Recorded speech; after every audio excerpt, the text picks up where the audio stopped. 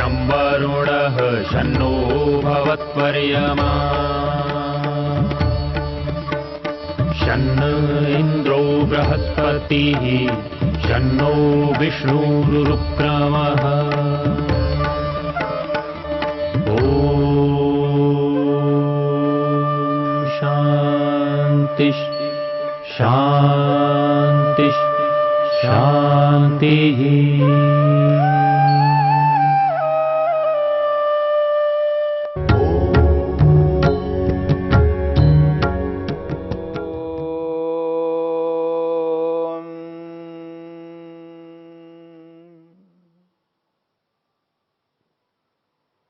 समाधिपाद के 50 सूत्र हो चुके हैं। समाधिपाद में 51 सूत्र हैं और 50 सूत्र हो चुके हैं, केवल एक सूत्र बचा हुआ है। और इस समाधिपाद के इस एक सूत्र से समाधि को लेकर के चर्चा हो रही है। पाद का नाम समाधिपाद है। इस पूरे पाद में समाधि को ध्यान में रख करके बातें कही गई हैं। समाधि को लक्ष्य बना करके उपाय बताए गए हैं। इस समाधि को प्राप्त करने के जो उपाय हो सकते हैं और जिस तरह व्यक्ति अपने जीवन को बिताए जिससे समाधि की प्राप्ति होती है, उन सारी स्थितियों को बता दिया है। संप्रज्ञा समाधि की चर्चा की है। संप्रज्ञा समाधि के अलग अलग भेदों को बताया है और 50वें सूत्र में यह बात कही गई है, तज्ज संस्कारो अन्य संस्कार प्रतिबंधी। संप्रज्ञा समाधि में जिस ऋतंभरा प्रज्ञा को प्राप्त करके व्यक्ति योगी योगाभ्यासी उन समस्त लौकिक संस्कारों को रोक देता है, उनको समाप्त करता है, उनको नष्ट करता है। और ऋतंभरा प्रज्ञा जन्य संस्कार ही उसके मन में रहते हैं, बाकी संस्कारों को वो हटा देता है, रोक देता है। महर्षि वेदव्यास ने एक प्रश्न किया, छोटा सा प्रश्न किया। ठीक है, ये जो ऋतंभरा प्रज्ञा के संस्कार उत्पन्न होकर के लौकिक संस्कारों को रोक देते हैं, अच्छी बात है। किंच अस्य भवति, किंचास्य भवति, फिर इन संस्कारों का क्या होगा जो ऋतंभरा प्रज्ञा से उत्पन्न संस्कार है। ऋतंभरा प्रज्ञा से उत्पन्न संस्कार लौकिक संस्कारों को, व्युत्थान संस्कारों को रोक देते हैं। अब इन संस्कारों का क्या होगा जो ऋतंभरा प्रज्ञा से उत्पन्न संस्कार है।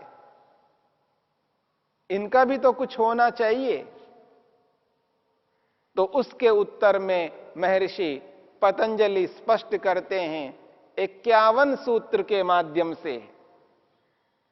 51वां जो सूत्र है वो कहता है तस्यापि निरोधे, तस्यापि निरोधे सर्व निरोधात् निर्बीजः समाधि। ये अंतिम इस पाद का सूत्र है। तस्य अपि निरोधे सर्व निरोधात् निर्बीजः समाधि। दो प्रकार की समाधियों की चर्चा आपके सामने आ चुकी है। एक संप्रज्ञा समाधि है और एक असंप्रज्ञा समाधि है। और संप्रज्ञा समाधि जिस समाधि में ऋतंभरा प्रज्ञा को प्राप्त किया जाता है, उस ऋतंभरा प्रज्ञा से बहुत सारे संस्कारों को बनाए जाते हैं और वो सारे के सारे संस्कार लौकिक संस्कारों को, व्युत्थान संस्कारों को रोकने में कारण बनते हैं। अब उन ऋतंभरा प्रज्ञा वाले संस्कारों की क्या स्थिति होती है, उस बात को इस 51वें सूत्र में स्पष्ट किया है। वो कहते हैं तस्य अपि निरोधे। तस्य, संप्रज्ञा समाधि में उत्पन्न ये जो संस्कार है, उस संस्कारों के निरोधे, रोक लेने पर, रोक दिए जाने पर, तस्य अपि निरोधे, उनको भी रोक लिए जाने पर, यानी इन संस्कारों को भी रोका जाता है। लौकिक संस्कारों को, व्युत्थान संस्कारों को संप्रज्ञा समाधि वाले संस्कार रोक रहे हैं, और उन संप्रज्ञा समाधि वाले संस्कारों को यहां पर निर्बीज समाधि वाले संस्कार रोक रहे हैं। तस्य अपि निरोधे, उस ऋतंबरा प्रज्ञा वाले संस्कारों को भी रोक दिए जाने पर, सर्वनिरोधात्, सभी संस्कारों के रुक जाने से, सर्वनिरोधात्, सभी संस्कारों के रुक जाने से, निर्बीजः समाधि, निर्बीज नामक समाधि की प्राप्ति होती है। यहां महर्षि पतंजलि ने सर्वनिरोधात् इस शब्द का प्रयोग किया है। सर्व शब्द का प्रयोग किया यहां पर, सर्वनिरोधात्, सबके रुक जाने पर, तब निर्बीज समाधि की प्राप्ति होती है। लौकिक संस्कार, व्युत्थान संस्कार तो रुक ही जाते हैं, तभी संप्रज्ञा समाधि की प्राप्ति होती है। पर यहां पर संप्रज्ञा समाधि के संस्कारों को भी रोकने की बात कही जा रही है, समस्त संस्कारों को रोकने की बात कही जा रही है। तस्यापि निरोधे सर्वनिरोधात्, सबके सब रुक जाएं, कुछ भी बचा ना रहे। देखिए, संप्रज्ञा समाधि मन की एकाग्रता से प्राप्त होती है।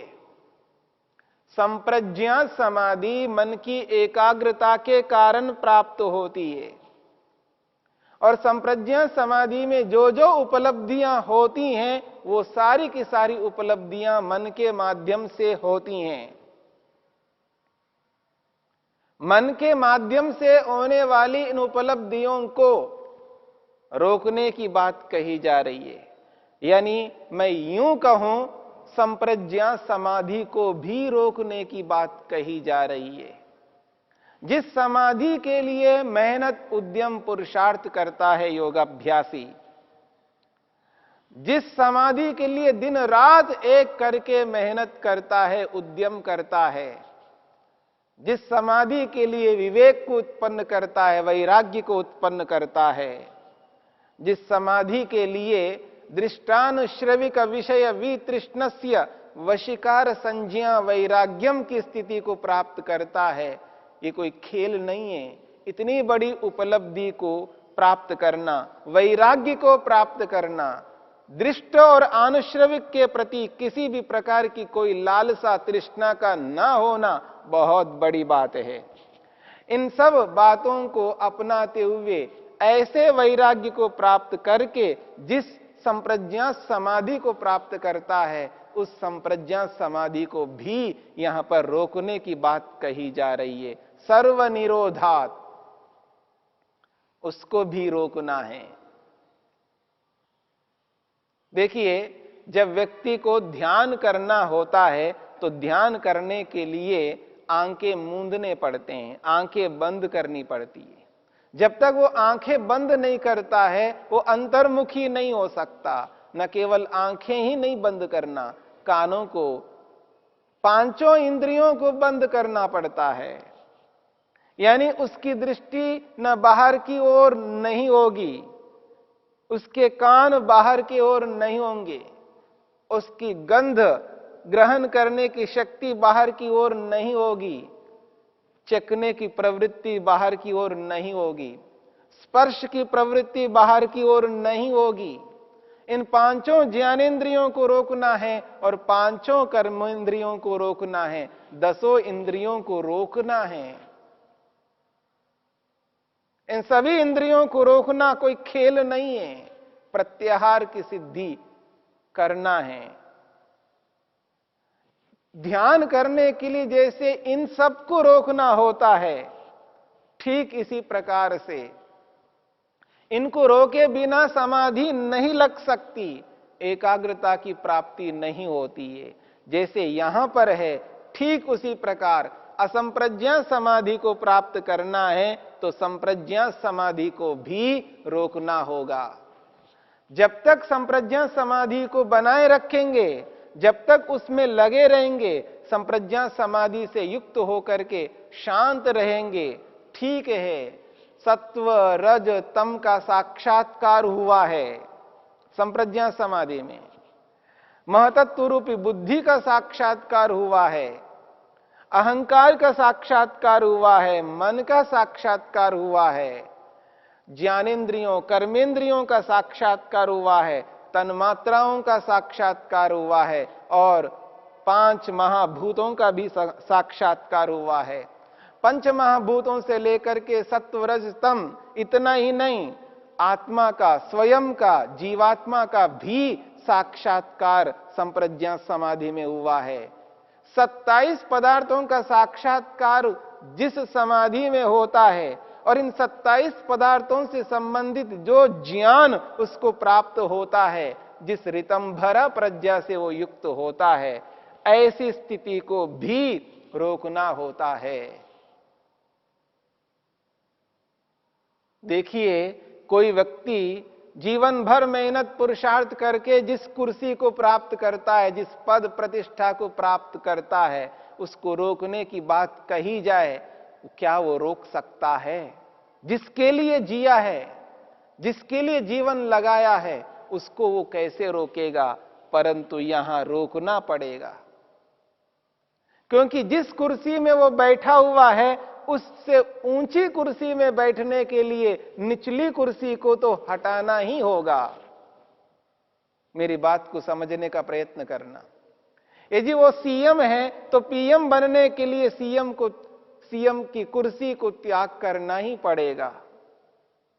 ठीक इसी प्रकार से जिस संप्रज्ञा समाधि को जिस मेहनत पुरुषार्थ से प्राप्त किया है, जिस कठिनाइयों में रह करके जिस तपस्या से उसने प्राप्त किया है, उस समाधि को रोकने पर ही असंप्रज्ञा समाधि की प्राप्ति होती है। इसलिए महर्षि पतंजलि कहते हैं, सर्वनिरोधात्, सबको रोक लेने से। और सब यहां पर है लौकिक संस्कार और संप्रज्ञा समाधि में प्राप्त होने वाले संस्कार, उन सारी अनुभूतियों को, यानी क्षिप्त, मूढ़, विक्षिप्त, एकाग्र, इन सभी स्थितियों को रोक करके निरुद्ध अवस्था को प्राप्त करना है। यानी मन को बिल्कुल रोके रखना है, मन का कार्य बंद करना है। अब मन कार्य कर नहीं सकता, उसका कार्य पूरा हो चुका है।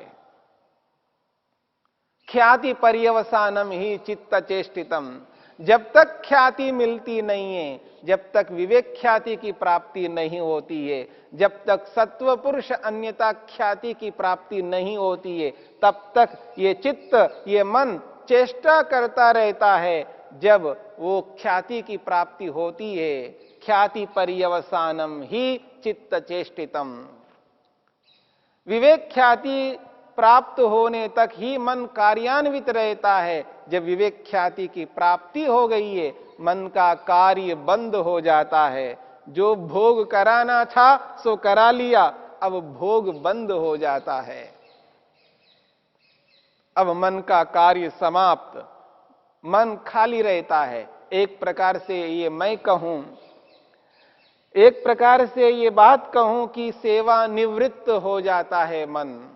अब उसकी कोई सेवा नहीं ली जाएगी, बस सेवा निवृत्त होकर के वहां खाली रहता है।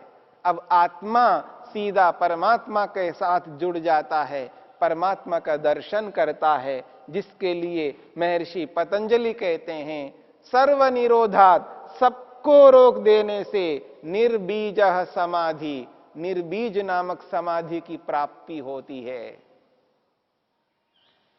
और ये जो निर्बीज समाधि है इसी को असंप्रज्ञात समाधि कहते हैं। और इस असंप्रज्ञात समाधि को निर्बीज समाधि इसलिए कहा जाता है क्योंकि संप्रज्ञात समाधि को सबीज समाधि कहते हैं। और 46वें सूत्र में आपने जाना इस बात को, त एव सबीजः समाधि। इसी समाधि पाद के 46वें सूत्र में आपने जाना है संप्रज्ञात समाधि को कहा है त एव सबीजः समाधि। संप्रज्ञात समाधि के जो 4 भेद हैं, सवितर्का, निर्वितर्का, सविचारा, निर्विचारा, इन चारों भेदों को सबीज समाधि शब्द से स्पष्ट किया है। जैसे संप्रज्ञात समाधि सबीज समाधि है तो यहां असंप्रज्ञात समाधि निर्बीज समाधि है। तस्यापि निरोधे सर्वनिरोधात् निर्बीजः समाधि। और आपने 46वें सूत्र में सबीज किसको कहते हैं इस बात को जाना है, और निर्बीज किसको कहते हैं इस बात को भी जाना है। उन बातों को याद कर लीजिएगा। जिसकी अविद्या बनी रहती है, समाधि तो प्राप्त हो गई है संप्रज्ञात समाधि, पर बीज रूप में, कारण रूप में, आधार रूप में अविद्या बनी रहती है क्योंकि समाप्त नहीं हुई है। इसलिए जो अविद्या बीज रूप में, कारण रूप में रहती है मन में, उसको सबीज समाधि कहते हैं क्योंकि बीज समाप्त नहीं हुआ है। इसलिए वो संप्रज्ञात समाधि को सबीज कहा है। और यहां पर असंप्रज्ञात समाधि को निर्बीज इसलिए कहा है क्योंकि इसमें बीज नहीं रहता, यानी अविद्या कारण रूप में भी नहीं रहती है। इस अविद्या को समाप्त करने पर ही ईश्वर का साक्षात्कार होता है। अथवा यूं कहिए, इस असंप्रज्ञात समाधि में ही अविद्या समाप्त होती है, अविद्या नष्ट हो जाती है, ऐसा भी कह सकते हैं। इस असंप्रज्ञात समाधि में अविद्या को समाप्त किया जाता है, नष्ट किया जाता है। संप्रज्ञात समाधि में नष्ट नहीं हो पाती है, इसलिए वह कारण रूप में रहती है, बीज रूप में रहती है। इसलिए संप्रज्ञात समाधि को सबीज कहा है। और असंप्रज्ञात समाधि में इस अविद्या को नष्ट किया जाता है, समाप्त किया जाता है, इसलिए इस समाधि को निर्बीज शब्द से कहा है।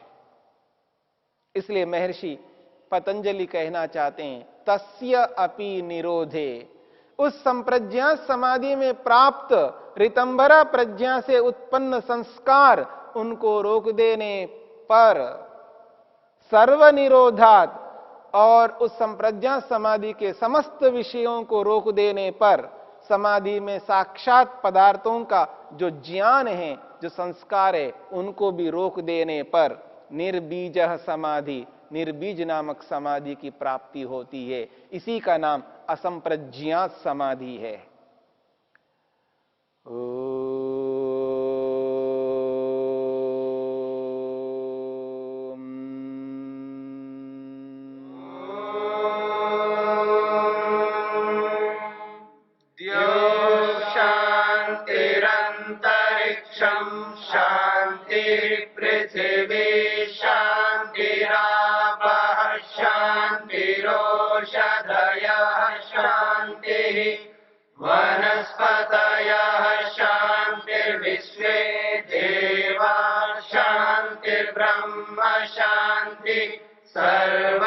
शांति शांतिरेव शांति श्यामा